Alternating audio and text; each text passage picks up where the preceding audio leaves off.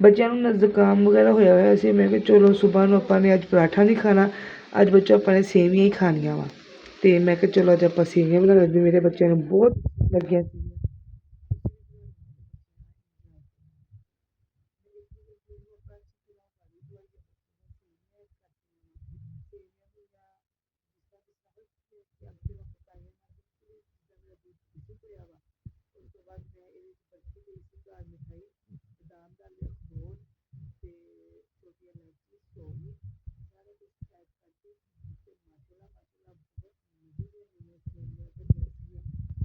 ਕਿ ਅੱਗ 'ਤੇ ਮੈਂ ਪਕਾਈਆਂ ਵਾ ਅਤੇ ਤੁਸੀਂ ਵੀ ਬਣਾਉਣੀਆਂ ਵਾ ਅਤੇ ਆਪਣੇ ਬੱਚਿਆਂ ਦੇ ਨਾਲ ਇੰਜੋਏ ਕਰਨਾ ਵਾ।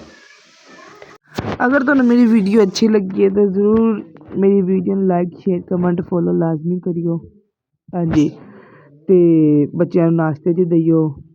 ਆਪਣੇ ਮੀਆਂ ਸਾਹਿਬ ਵਾਸਤੇ ਪਹਿਲੇ ਕੌਲੀ ਭਰ ਕੇ ਰੱਖ ਦਿਓ, ਕਿਉਂਕਿ ਬੰਦੇ ਤਾਂ ਫਿਰ ਬੰਦੇ ਹੀ ਆ ਨਾ, ਉਹਨਾਂ ਵਰਗੀ ਕੋਈ ਰੀਸ ਨਹੀਂ ਕਰ ਸਕਦਾ। ਉਹਨਾਂ ਦੀ ਮਿਹਨਤ ਤੋਂ ਅਸੀਂ ਸਾਰਾ ਕੁਛ ਖਾਂਦੇ ਹਾਂ। ਉਹਨਾਂ ਦੀ ਅੱਲਾ ਉਹਨਾਂ ਨੂੰ ਜ਼ਿੰਦਗੀ ਤੰਦਰੁਸਤੀ ਦੇਵੇ, ਤਰੱਕੀ ਦੇਵੇ। ਓਕੇ, ਅੱਲਾ ਹਾਫਿਜ਼, ਟੇਕ ਕੇਅਰ, ਖੁਦਾ ਹਾਫਿਜ਼।